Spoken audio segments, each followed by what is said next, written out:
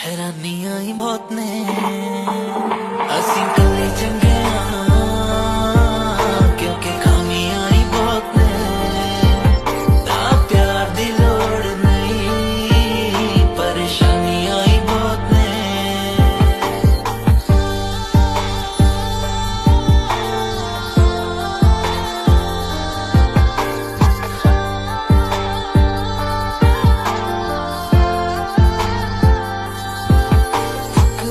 पहला टुटे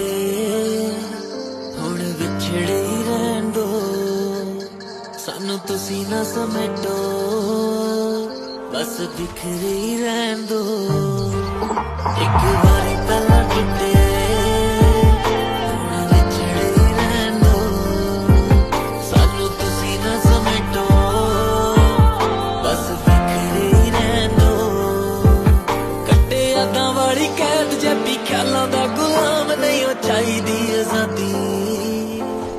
ये गुलामियां ही बहुत